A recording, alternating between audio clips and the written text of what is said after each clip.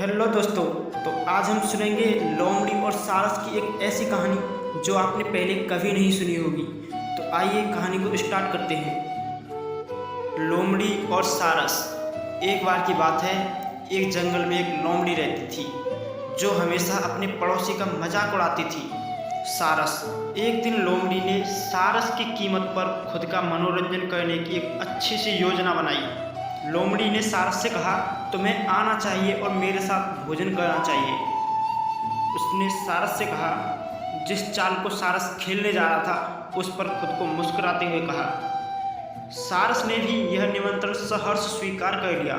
वह सभी समय पर पहुंचे और बहुत अच्छी भूख के साथ रात के खाने में लोमड़ी ने सूप परोसा। लेकिन लोमड़ी ने इसे बहुत ही उथले डिश में सेट कर रखा था। अपनी लंबी चोंच के कारण सारस को सूप की एक बूंद भी नहीं मिल पाती और इस प्रकार सारस केवल अपनी चोंच को गीला कर सकता था। और उधर दूसरी तरफ लोमड़ी ने सूप को आसानी से चाटा और सारस की निराशा को और ज़्यादा बढ़ाने के लिए आनंद का शानदार प्रदर्शन किया, जैसे कि लोमड़ी को वह सूप कितना ज़्यादा पसंद आ रहा था। लेकिन सारस तो एक शांत स्वभाव का व्यक्ति था और इसीलिए उसने समझदारी दिखाई और सोचा, मुझे यहाँ पर गुस्सा दिखाना ठीक नहीं है। और उसने मन ही मन सोचा, इसलिए उसे वहाँ पर गुस्सा दिखाने का कोई फ़ायदा नहीं है। इसके बजाय सारस ने अगले दिन लोमड़ी को अपने घर पर खाने के लिए आमंत्रित किया। और लोमड़ी भी बड़ी चतुर थी। वह निमंत्रण पाते ही तुरंत आ गई और उसे भूख भी लगी थी।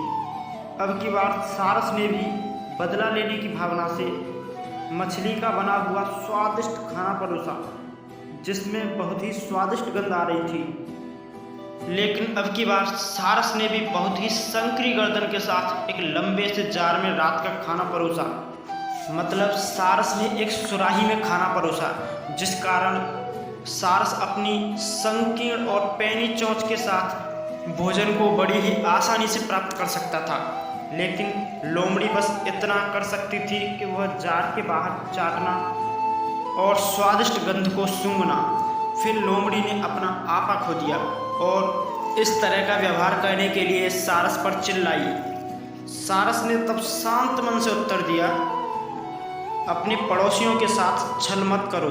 जब तक कि तुम स्वयं वही व्यवहार न कर सको।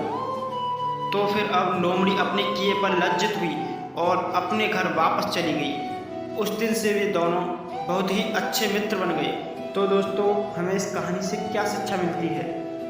हमें इस कहानी से ये सीख मिलती है कि कोई भी स्वार्थी काम आप पर उल्टा पड़ सकता है। तो दोस्तों, आज आपको ये कहानी कैसी लगी कमेंट सेक्शन में बताइए। और वीडियो अच्छी लगी हो तो वीडियो को लाइक और ऐसे ही इंटरेस्टिंग कहानियाँ सुनने के लिए हमारे चैनल को सब्सक्राइब कर लीजिए। तो चलो दोस्तों, फिर मिलते हैं किसी और इंटरेस्टिंग कहानी में। तब तक के लिए tata bye bye, take care.